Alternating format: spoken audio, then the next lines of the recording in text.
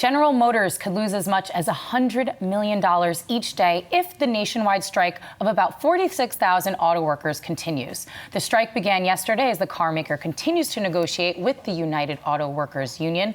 The two sides are bargaining over increased protection for temporary workers, job security, and increased pay and benefits. We have Yahoo Finance's Rick Newman with us here to discuss. Hey guys. So, Rick, I know you and I were chatting a little bit earlier, essentially about unions, and essentially how this union strike isn't exactly as powerful as some of the strikes we've previously seen, right, for General Motors, like they were in the 90s. Oh, there were some epic battles, and, you know, they would just sort of rivet the nation's attention.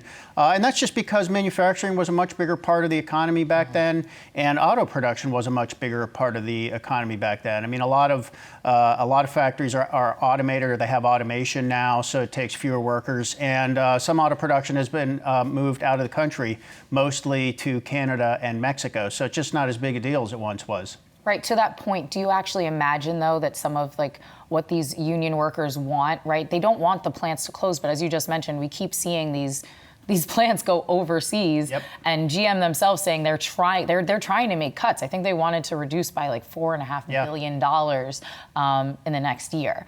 So I'm trying to think, like, what do these union workers actually have the strength to get some of their demands? Well, every strike is a gamble. I mean, you're gambling that the other side will give in. You never really know where public opinion is going to come down, and public opinion can change as a strike goes on, if a strike gets ugly, for example. But I think another way to look at it is the fact that there are fewer workers actually might make it easier for GM to grant some of their concessions. I think the union will get some of its needs met. I mean, that's generally how these things work. I mean, it will be a compromise solution. I don't think it's not going to be the way President Trump negotiates, for example. It's my way or no other way. I mean, GM's not going to be like that. I mean, I think one of the areas where GM could give, for example, is on the temp workers. I mean, it does make sense that if somebody's in a job for a year and it looks like they're going to remain in that job, they're not a temporary worker. They're a permanent worker.